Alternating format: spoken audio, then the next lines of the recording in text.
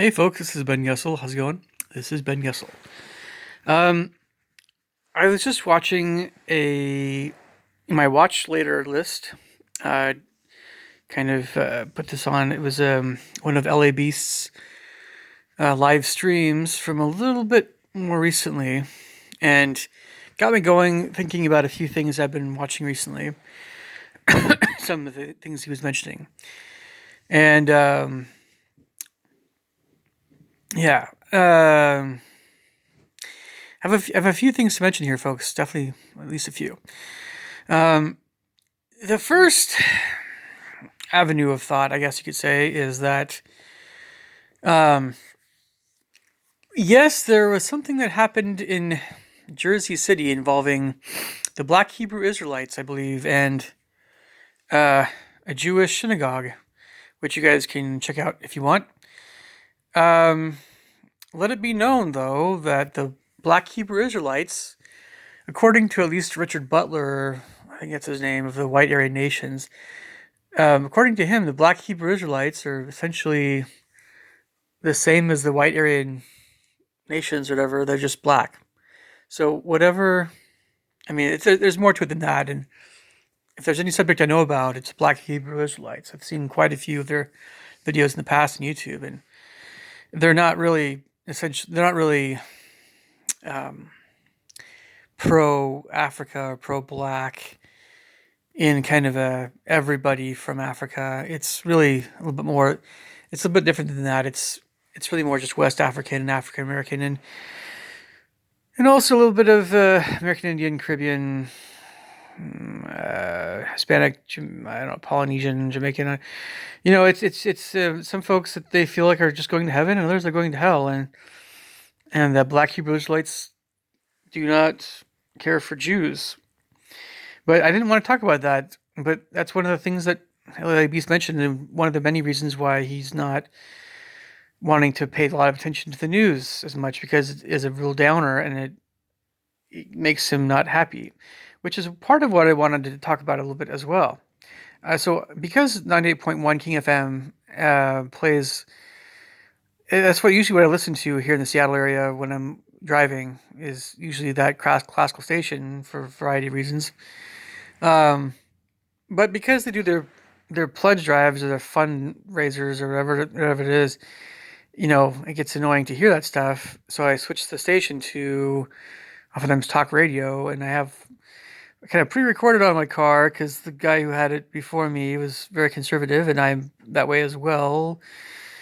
Somewhat, yeah, I'm more conservative, and so I'll listen to talk radio, and it's very political, and so you hear all this stuff that's happening, all the stuff really quickly if you listen to talk radio, whether or not you're Democrat, Republican, conservative, liberal, whatever it is.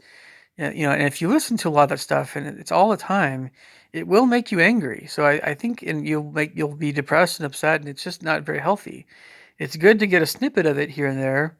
It's good to kind of hear, you want to hear about some of the things going on, or if you don't hear about it immediately, you'll hear about it from somebody. And as long, people shouldn't ever say, "Where have you been living under a rock?" That's always kind of rude to say. So I never say that to anybody. It's just, but yeah, this stuff is not pleasant to hear, and so he makes a good point. It's like, so basically, the LA Beast tries to stay away from negative media, and so do I.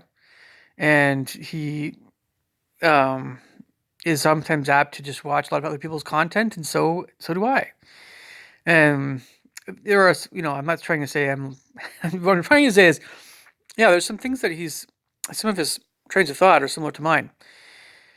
And I've known people before in college that got too wrapped up in politics in a negative way, and it really made them kind of lose their mind a little bit. So, this all being said, I've been also kind of looking into what is happening in China right now.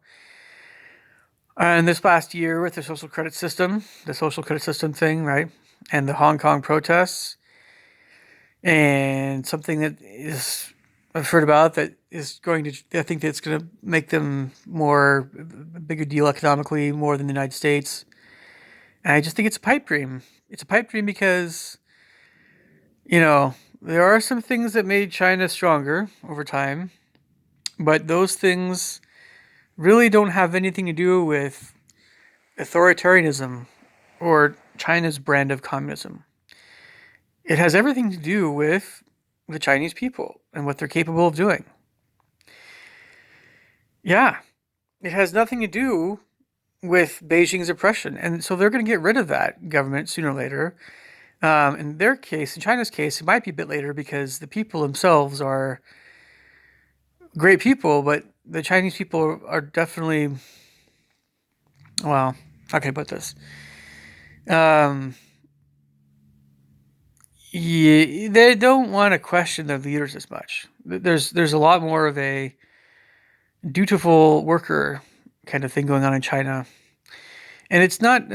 I'm not saying it's not something that is automatically something that goes hand in hand if you're Chinese because Chinese Americans are a little different. I'm just saying that the culture in China tends to be not as friendly toward anyone who wants to question things.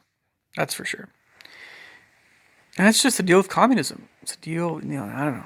So, okay, I can mention more about that later, but yep, I'm very well aware of this stuff. And what I wanted to say was also that I've had people talk to me about going to live in China for whatever to teach English or music or something. That country is off my list because of what I know about the social credit system and the way Beijing is treating their citizens.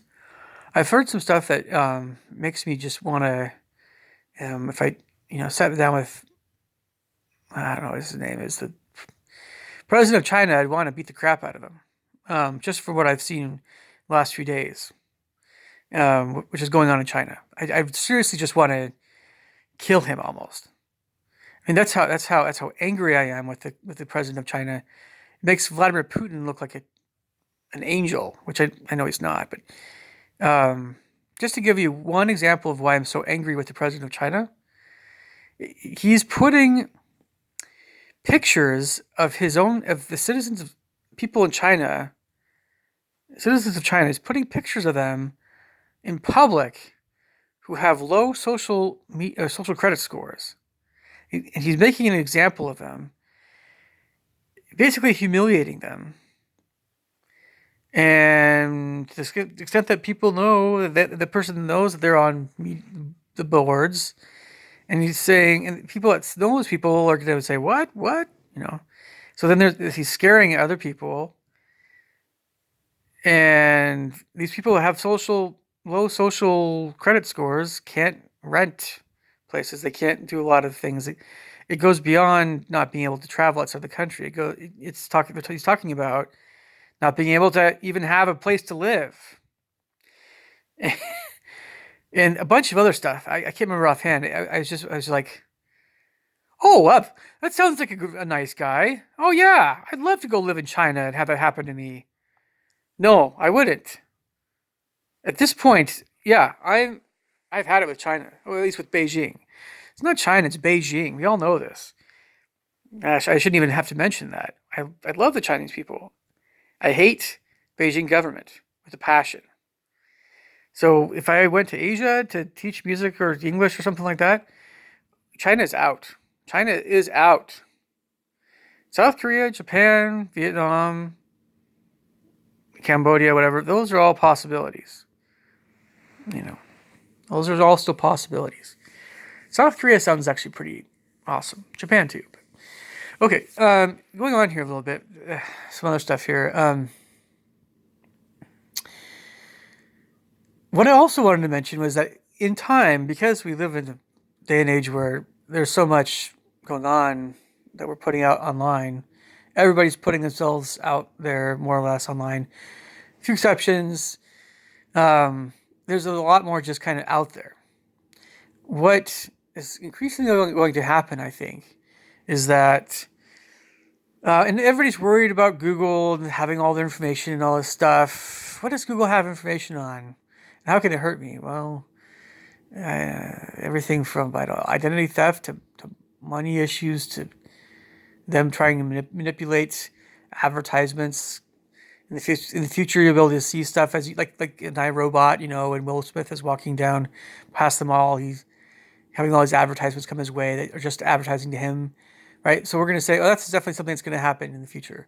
So we're going to have personalized ads for our entire lives. Wherever we go, we're going to see personalized ads all over the place. you know, and yeah. So then somebody say, well, we already know about the financial stuff and identity theft. We don't, we're not worried because that stuff is outside of Google, right? That's not Google that's doing that. That's nefarious people and scammers in India and stuff. And like, well, um, I don't know. I still have to shrug my shoulders. I don't know what Google's up to.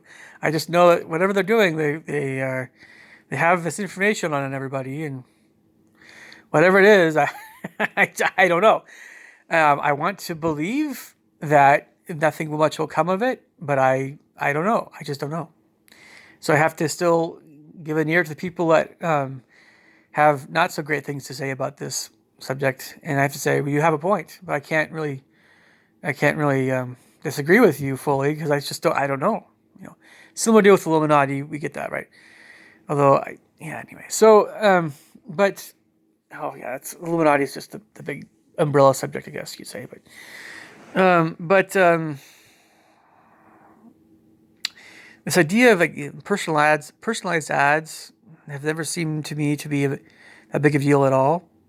I think it's when some areas of your life you want to keep private, especially, and when you have companies that are invading that privacy, that I could see as being a real issue. It hasn't affected me personally yet, really. It's just Google very much seems very amoral. I'll put it that way, to be involved in this kind of stuff. And the reason I'm talking about this a little bit, of course, is and this whole train of thought, this overarching train of thought, is that what are governments and corporations and everything going to see? What are they going to see about us? There are things that we are doing in our lives, all kinds of things we're doing, and some things we want to keep private for whatever reason, and I don't know. So it's whatever it is. If we get to the point where everything is known about everyone, how would we feel about that kind of question? And is there anything that any of us are doing that's illegal, right? Or is there anything that we'd be embarrassed about? Or is there anything that, would we ever get to that point where everything is known about everyone else just because of technology improving and government surveillance keeping tabs on everybody? And also the question is why? Well, it's 1984. It's George Orwell. It's more power, right?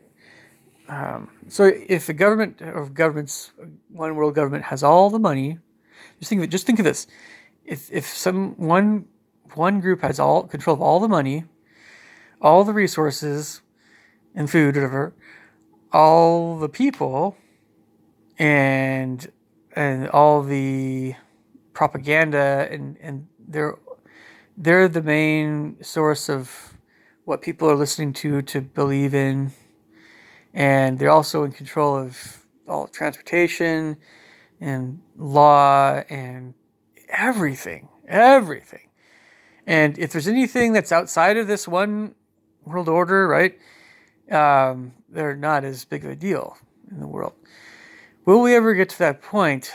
I have to say, if we get to that point, Jesus is coming at that point, because that's essentially what we know. It's probably going to get almost to that point. It's just a question of how many people in the world are going to be in that situation, and to what extent. We're getting there bit by bit still, but there's always going to be, I don't know. There's always going to the Illuminati, basically, or whatever it is. Whoever has the information, they're always going to be up a creek because, they can use all kinds of things to harass people and make people's lives miserable, like increase taxation and make laws more complicated and make more laws that are ridiculous. And, invasion of your house and police bursting in your house for dumb reasons, and messing up your stuff and um, I don't know. You just keep going, right? Um, my main train of thought here is that our if we have good character, what would we need to worry about, really, ultimately? If you're falsely imprisoned, I mean, there's a lot of things that just, I don't know, like, when I hear this stuff, the bad stuff, the Illuminati stuff, I can't totally ignore it, but at the same time, I have to say there's a lot more in favor. There's a lot more going on in favor of us as individual people throughout, no matter what country we live in. There's a lot more going on in favor of us than against us. And even if that's something that's going on in favor of us, it's something spiritual. It's all all the stuff that's going on right now, it's all gonna collapse like a stack of cards, a house of cards. It's all gonna come down. And it's just a question of when. And when it comes down, where are we gonna be? Are we gonna be up high in a stack of cards? Are we gonna be one of the people that was one of the elite people in the Illuminati or whatever else, whichever other organizations are running things? And when that comes down, how would we feel compared to not being in that remotely connected with those folks at all? You want to be not connected with the stuff going on. You don't want to be connected with that, even though it will make your life supposedly easier for the time being, because it basically involves giving up your morality, giving up your who you're allied with. If you try to be both, in the Illuminati or in another way of looking at it is, you can't be both good and evil. You have to choose one or the other way. We're all imperfect, but sooner or later we're going to have to pick sides, right? And when we watch media that's negative and angering, does that help us become better, freer from the Illuminati or whatever, or is it going to make us not more imprisoned? Freedom, spiritual freedom, right? Happiness or misery? And because there's so much negativity, I mean, there's a lot of people that say they're very anti. Everybody's saying they're anti-Illuminati. They're down with Illuminati, right? But there's a lot of people that are very angry, and they draw you into that conflict. Well, why not just stay out of the conflict? And if conflicts come to you, they come to you. But why seek them out? Right? Well, you can be so angry as to want to do that, I suppose. Sure. It's just that when you go to war, whether it's a small war or a big war, it's a war. There's nothing half-hearted or hobbyish about. There are no war hobbies, right? There's martial arts, which you can study for self-defense, and there's all kinds of things like archery and target practice and stuff with your gun. That can be a hobby, but that can relate to war in some way, right? But actual war, actually starting a war, is not a light matter. And when we're talking about world wars, it's hard to think of something that's more grave than that subject. That you can go, there are even more serious subjects, but yeah, it's no laughing matter, to say the least.